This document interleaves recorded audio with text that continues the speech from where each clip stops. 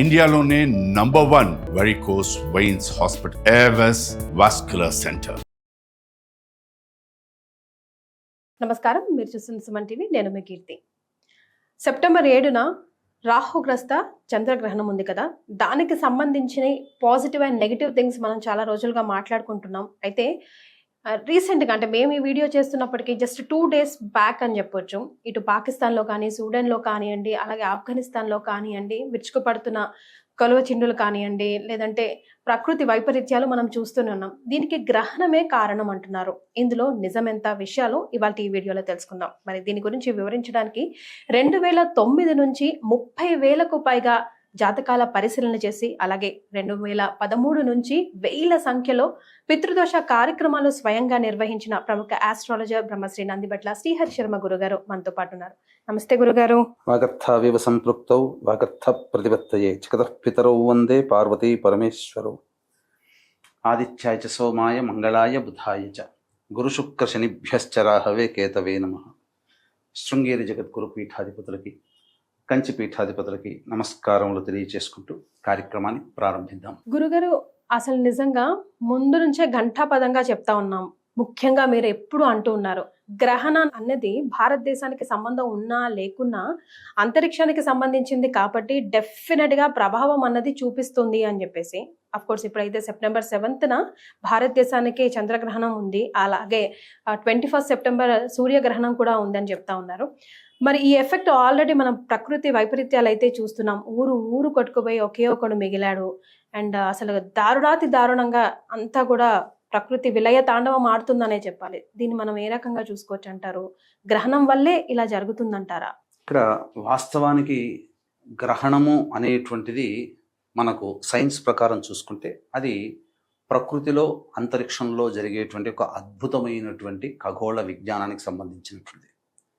చదువుకున్నటువంటి వాళ్ళు దీనిని సాధారణంగా అధ్యయనం చేయడానికి మాత్రమే వాళ్ళు అనుకుంటూ ఉంటుంటారు.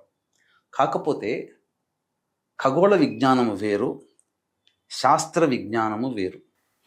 ఖగోళం అనేది ఒప్పుకోవాల్సింది, అది సైన్స్ ప్రకారం వాళ్ళకి జరిగేటువంటిది. సంబంధించిన గ్రహణాలు ఎప్పుడూ ఏర్పడుతూనే ఉంటుంటాయి.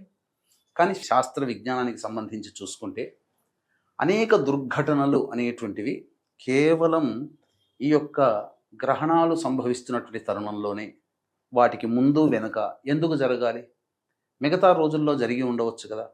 కానీ ఎక్కువ శాతం ప్రమాదాలు, 100కి 80% ప్రమాదంలో జరిగిన అంటే మాత్రం ఈ గ్రహణానికి ముందునో వెనుకనో ఉంటాయి. అది కూడా తీవ్రమైనటువంటి స్థితిలో కలిగినప్పుడు. అంటే ఒక్కొక్క రాశిలో ఏర్పడేటువంటి గ్రహణ ప్రభావం ఒక్కొక్క తత్వాన్ని సూచిస్తుంది. ఇది ప్రధానంగా. కాబట్టి ఇప్పుడు మనం చూసుకున్నట్లయితే, రీసెంట్గా మనం చూసుకున్నట్లయితే ఆఫ్ఘనిస్తాన్లో 1వ తారీఖు రాత్రి 1:26 మధ్యకాలంలో భూకంపం ఏర్పడింది. సాధారణంగా 6.1 రిక్టర్ స్కేల్. కానీ చనిపోయినటువంటిది అఫీషియల్గా 1500 పై మాటే, అన్అఫీషియల్గా మనం చెప్పలేము. క్షతగాత్రులు వేల సంఖ్యలోనే ఉన్నారు. వాళ్ళు మళ్ళీ తర్వాత ఎన్ని మరణాలు అవుతాయో తెలియదు. మళ్ళీ అదే గంటల వ్యవధిలోనే, అనగా ఈ 30వ తారీఖు ఆగస్టు ఆ సందర్భంలో చూసుకుంటే సూడాన్లో కొండ చర్యలు, అంటే వరద ధాటికి కొండ చర్యలు విరిగిపడి దానికి ఆనుకున్నటువంటి గ్రామం ఉంటే ఆ గ్రామమే తుడిచిపెట్టుకుపోయింది. కేవలం ఒకే ఒక్కడు మిగిలాడు. మనకు మొన్న విమాన ప్రమాదంలో జరిగితే ఒక్కడు మిగిలాడు, బతికాడు అన్నట్టు, అలా ఒక్కడే బతికాడట. తర్వాత చూసుకున్నట్లయితే ఇప్పటికీ కూడా పాకిస్తాన్ అనేటువంటి ప్రదేశంలో దాదాపు మొన్న వచ్చిన వరదలకి 800 మంది చనిపోయారని చెప్పి రిపోర్ట్స్. అది మన మోదీ గారు దయతో వాళ్ళకి ఇంటిమేట్ చేయడం వల్ల పెను ప్రమాదం తప్పింది. మన వాళ్ళు కనుక వరదలు వస్తున్నాయి, గేట్లు ఎత్తేస్తున్నాం అని చెప్పకపోతే పాకిస్తాన్లో చాలా మంది ఇంకా ఘోర విపత్తులకి సమాధి అయ్యేవాళ్ళు. ఆల్మోస్ట్ ఆ ఊర్లు కొట్టుకుపోయే ప్రమాదం కూడా ఉండేది, అన్ని వార్తల్లో చూసాం. కానీ ఇవన్నీ కూడా ఈ 7వ తారీఖు గ్రహణము కేవలం ఒక్క గ్రహణం మీద ఆధారపడి కాదమ్మా. 21వ తారీఖు రోజున ఏర్పడుతున్నటువంటి చూడామణి సూర్యగ్రహణం కూడా ప్రభావం. ఎందుకంటే శాస్త్రంలో ఏం చెప్పబడింది, ఒకే నెలలో 2 గ్రహణాలు గనక ఏర్పడితే, నెలలు అంటే ఇంగ్లీష్ నెలలు కాదు, మన తెలుగు మాసములు, భాద్రపద మాసంలో పౌర్ణమికి అలాగే అమావాస్యకి 2 గ్రహణాలు. ఈ పౌర్ణమి వచ్చేటువంటి గ్రహణం మన భారతదేశంలో కనిపిస్తుంది, అనేక దేశాలలో కూడా కనిపిస్తుంది. 21వ తారీఖు రోజున వస్తున్నటువంటి సూర్యగ్రహణం న్యూజిలాండ్, ఆస్ట్రేలియా, ఫిజీ వంటి దేశాలు అలాగే అంటార్కిటికా ఖండంలో కూడా ఈ యొక్క ప్రభావం అనేటువంటిది కనిపిస్తుంది. కాబట్టి ఈ యొక్క గ్రహణాల ప్రభావం అనేటువంటిది ఉన్నప్పుడు ముందు పక్షం రోజులు, తరువాత మ్యాక్సిమం దాని ఎఫెక్ట్ కార్తీక మాసం అయిపోయేంత వరకు కూడా దీని ఎఫెక్ట్ పడుతుంది. కుంభరాశిలో కూడా, అది కూడా వాయుతత్వ రాశిలో ఏర్పడుతున్నటువంటి గ్రహణము. ఈ గ్రహణం కూడా మీరు గమనించుకుంటే శని వక్రీకరించి కుంభరాశి వైపు పయనమవుతున్న సందర్భం రాహుగ్రస్త చంద్రగ్రహణం ఇది ఏర్పడుతున్నటువంటిది. కాబట్టి ఈ శని మీద, వక్రీకరించినటువంటి శని మీద పాపగ్రహమైనటువంటి కుజ ప్రభావం కూడా ఉండడం, కాబట్టే కుజుడు భూమికారకుడు, కాబట్టే భూ సంబంధమైనటువంటి విపత్తులు జరిగాయి. కానీ దీని ప్రభావం మనము ఆ ఫాల్గుణ మాసంలో ఏర్పడినటువంటి గ్రహణాల ప్రభావం ఏదైతే ఉందో అది లేక మన దేశంలో కనిపించకపోయినా మన దేశంలో ప్రమాదాలు జరిగాయి. కాబట్టి తప్పకుండా దీని ప్రభావం ప్రపంచవ్యాప్తంగా ఉంటుంది అని మనం చెప్పుకోవచ్చు. మరి ఏ రాశుల వారికి ఎలాంటి ఎఫెక్ట్ ఉండబోతుంది ఈ గ్రహణంది ఒకసారి విశ్లేషిస్తారా గురుగారు? ఇప్పుడు ఏర్పడుతున్నటువంటి సంపూర్ణ చంద్రగ్రహణం ఏదైతే ఉంటుందో అది 9:57 ప్రారంభమై 1:27 వరకు జరుగుతున్నటువంటిది. దాదాపు 3:10 పాటు సుదీర్ఘంగా జరిగేటువంటి సంపూర్ణ చంద్రగ్రహణం ఇది. కాబట్టి దీని ప్రభావము అనేటువంటిది అంటే కుంభరాశిలో ఏర్పడుతుంది. కాబట్టి కుంభరాశిని బేస్ చేసుకొని ఇప్పుడు మనకు ఏ రాశిలో వారికి బాగుండదో మనం తెలియచేద్దాం. కర్కాటక రాశికి అష్టమ రాశి కుంభరాశి, వృశ్చిక రాశికి అర్ధాష్టమ రాశి కుంభరాశి, అలాగే కుంభరాశిలోనే ఏర్పడుతుంది కాబట్టి కుంభరాశి వారికి, మీనరాశి వారికి 12వ స్థానంలో ఏర్పడుతుంది కాబట్టి మీనరాశి వారికి. వెరసి కర్కాటక, వృశ్చిక, కుంభ, మీన రాశుల్లో జన్మించినటువంటి వారికి ఈ సంబంధించినటువంటి గ్రహణ దోష ప్రభావం సంపూర్ణంగా ఉంటుంది. ఏ నక్షత్రంలో ఏర్పడుతుంది? కొన్ని పంచాంగాల ప్రకారం శతభిష నక్షత్రం 4వ పాదం, పూర్వభాద్ర నక్షత్రం 1వ పాదంలో ఈ గ్రహణం ఏర్పడుతుంది. దృగ్గణిత ప్రకారము కేవలం పూర్వభాద్ర నక్షత్రంలో ఏర్పడుతుంది. కాబట్టి ఈ శతభిష, పూర్వభాద్ర, అలాగే పూర్వభాద్ర తర్వాత వచ్చే ఉత్తరాభాద్ర, శతభిషకి ముందు వచ్చేటువంటి ధనిష్ట నక్షత్రం, అలాగే ఈ శతభిష మరియు ఈ సంబంధించినటువంటి పూర్వభాద్ర నక్షత్రానికి అనుజన్మ తారలు కూడా ఉన్నాయి. అంటే ఈ అనుజన్మ తారలు ఉండే రాశులు కూడా ఈ సంబంధించినటువంటి కర్కాటక, వృశ్చిక, కుంభ, మీన రాశిలో కూడా ఉంటాయి. కాబట్టి ఆరుద్ర, పునర్వసు, అలాగే స్వాతి, విశాఖ, వెరసి చూసుకుంటే ఈ సంబంధించినటువంటి ధనిష్ట, శతభిషం, పూర్వభాద్ర, ఉత్తరభాద్ర, ఆరుద్ర, పునర్వసు, స్వాతి, విశాఖ ఈ 8 నక్షత్రాల్లో జన్మించినటువంటి వారికి సంపూర్ణముగా ఉంటుంది. వీటితో పాటుగా మధ్యమమైనటువంటి రాశులు కొన్ని ఉన్నాయి. అంటే మిథున రాశి వారికి 9వ స్థానంలో, సింహరాశి వారికి 7వ స్థానంలో, తులారాశి వారికి 5వ స్థానంలో, అలాగే మకర రాశి వారికి 2వ స్థానంలో ఏర్పడుతున్నటువంటి ఈ గ్రహణ ప్రభావం చేత మిథున, సింహ, తుల మరియు మకర రాశిలో జన్మించినటువంటి వారికి మధ్యమమైనటువంటి ఫలితాలు ఉంటాయి. ఉత్తమమైనటువంటి ఫలితములు మాత్రం మేషరాశి వారికి, వృషభ రాశి వారికి, కన్యా రాశి వారికి, ధనుస్సు రాశి వారికి ఏర్పడబోతుంది.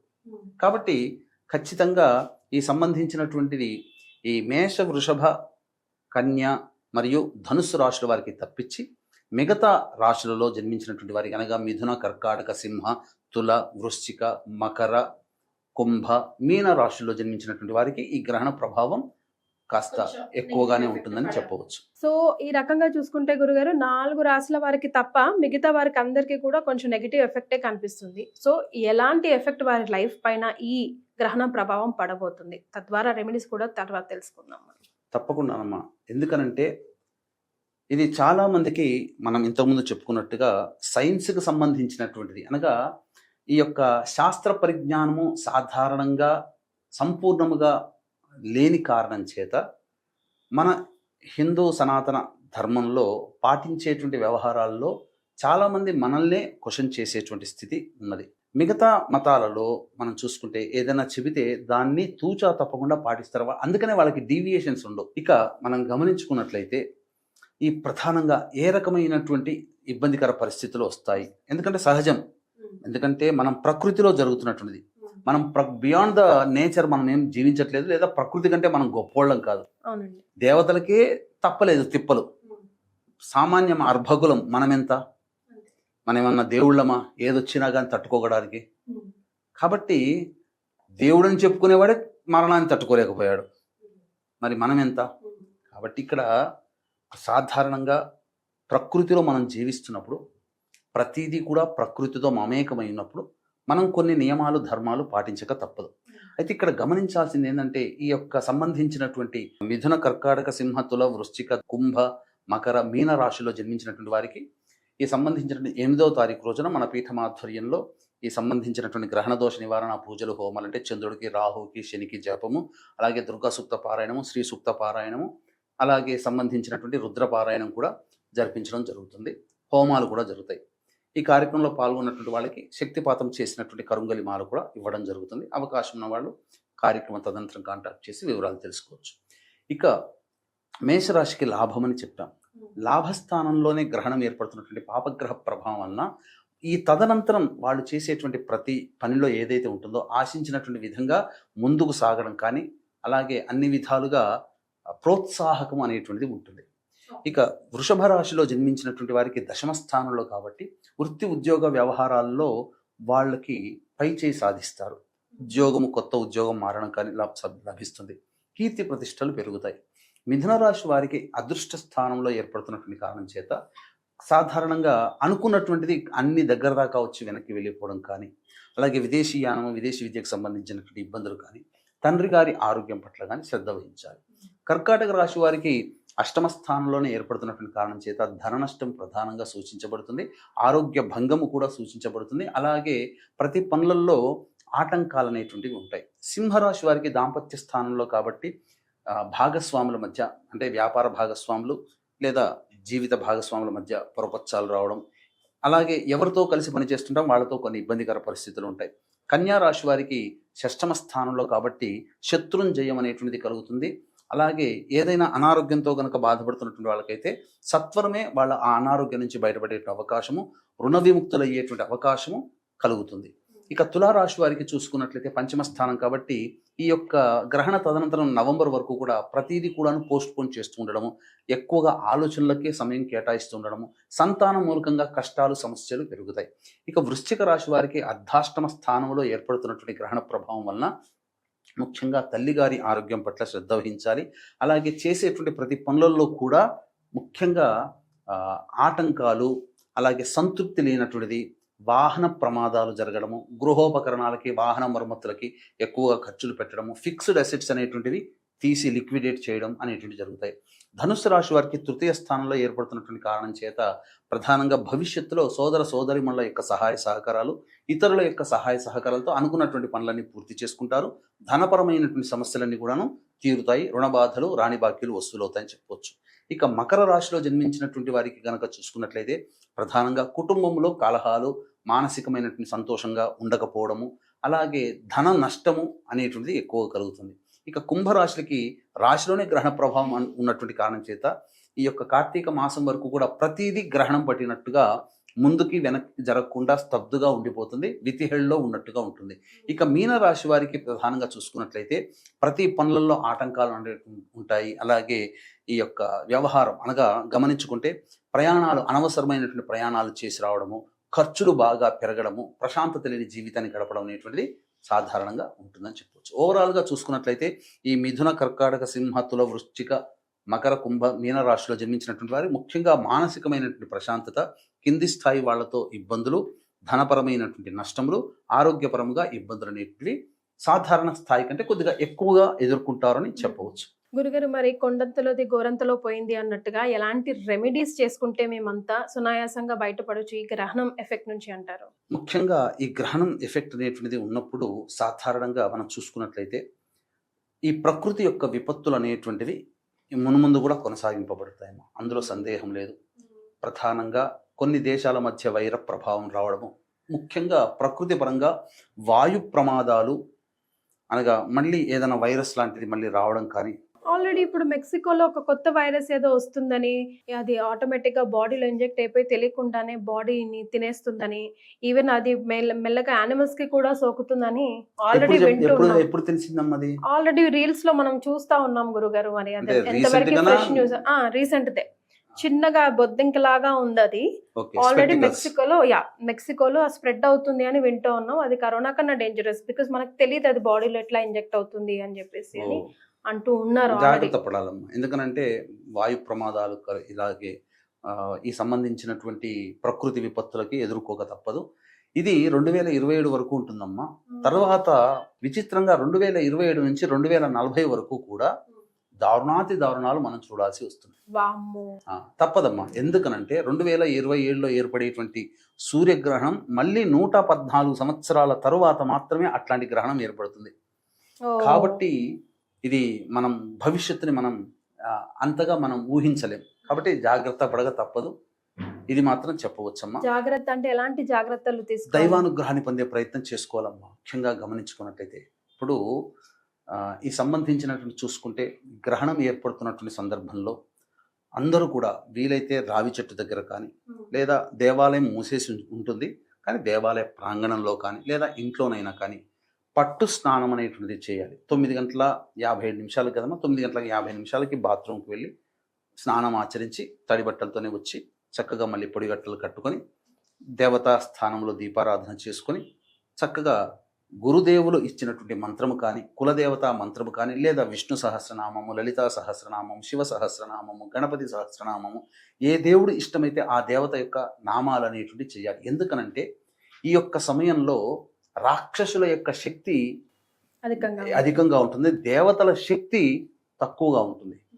ఈ సందర్భంగా మీకు గమనించుకున్నట్లయితే దేవతల శక్తి ఎప్పుడైతే సన్నగిల్లుతుంటుందో ఆ దేవతకి నువ్వు మళ్ళీ శక్తిని ప్రసాదిస్తున్నావు జపం చేసి, తద్వారా నిన్ను ఆ దేవత గుర్తుపెట్టుకుంటుంది, అవసరమైన సందర్భంలో నిన్ను రక్షిస్తుంది. అది గుర్తుపెట్టుకోవాలి. అందుకనే గ్రహణం రాజు సంబంధించి చేసేటువంటిది. దేవతల శక్తి తగ్గుతుంది కాబట్టి ఆ దేవతకి మాలిన్య దోషం ఏర్పడుతుంది కాబట్టి జపాలు చేసుకుంటారు. ఇవన్నీ కూడా సామాన్య ప్రజానికానికి తెలియవు కదా, కాబట్టి ఎట్లా పడితే అట్లా కామెంట్లు చేస్తుంటారు. అటువంటిది చేయాలమ్మా. మళ్ళీ విడుపు స్నానం 1:27 కాబట్టి 1:25 విడుపు స్నానం ఆచరించి తదనంతరం మళ్ళీ నిద్రపోవచ్చు, లేదా ఆ జపాన్ని కంటిన్యూ చేసుకోవచ్చు. తర్వాత తెల్లవారిన తర్వాత ఏం చేయాలి?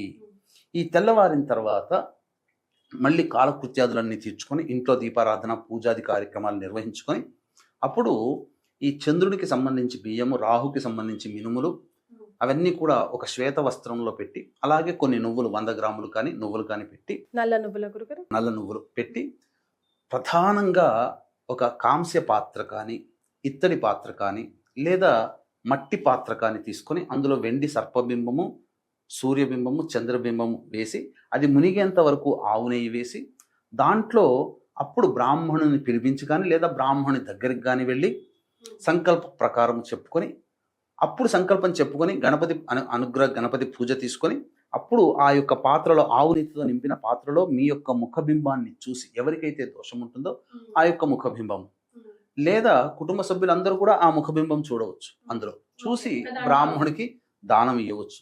చాలా చోట్ల కామెంట్ రూపంలో చూసింది ఏంటంటే ఆ బ్రాహ్మణుడు దానం తీసుకోవడానికి ఇష్టపడట్లేరండి అని అంటున్నారు. అటువంటి సందర్భంలో ఏం చేయాల్సింది ఏం లేదమ్మా. అందరూ ముఖబింబము చూసి ఆ యొక్క ఆవు నేతిలో ఒత్తి వేసి ధ్వజస్తంభం దగ్గరనో, లేకపోతే రావి చెట్టు దగ్గరనో, లేదా మర్రి చెట్టు దగ్గరనో, లేదా మేడి చెట్టు దగ్గరనో వేసి వెలిగించి దీపం వెలిగించి వచ్చేస్తే సరిపోతుందమ్మా. అది సాధారణం, చాలు. తీసుకోవడానికి ఎవరు అవైలబుల్ లేకపోయినా మానవులుగా మీకు మీరుగా చేసుకునేటువంటి పరిహారం. అలాగే చాలా మందికి మంత్ర పరిహారం చేసుకుంటే బాగుంటుందని అన్నప్పుడు మన పీఠం ఆధ్వర్యంలో 8వ తారీఖు రోజున సాయంకాలం 6 గంటలకి ఈ సంబంధించినటువంటి, అనగా 5 గంటలకి ఈ సంబంధించినటువంటి గ్రహణ దోష నివారణ పూజలు, హోమాలు అనేటువంటి జరపబడతాయి. అనగా శ్రీ సూక్తము, దుర్గా సూక్తము, నమక పారాయణము, అలాగే చంద్రుడికి, రాహుకి, శనికి జపాలు, తదనంతరం ఈ సంబంధించినటువంటిది హోమాది కార్యక్రమాలు జరపబడతాయి. ఈ కార్యక్రమంలో పాల్గొన్నటువంటి వాళ్ళకి శక్తిపాతము చేసినటువంటి కరుంగలి మాల ఇవ్వడం జరుగుతుంది. అవకాశం ఉన్న వాళ్ళు కార్యక్రమ తదనంతరం కాంటాక్ట్ చేసి పూర్తి వివరాలు తెలుసుకోవచ్చు. రైట్, చాలా సంతోషం గురుగారు. గ్రహణానికి సంబంధించిన ఇన్ఫర్మేషనే ఇవ్వకుండా దానికి సంబంధించిన రెమెడీ కూడా ఎలా చేసుకోవాలి, ఫ్యూచర్ లో మనం ఎలా ప్రిపేర్డ్ అయి ఉండాలని కూడా వివరించారు. ధన్యవాదాలు. సర్వం శ్రీ ఉమామహేశ్వర పరబ్రహ్మార్పణమస్తు.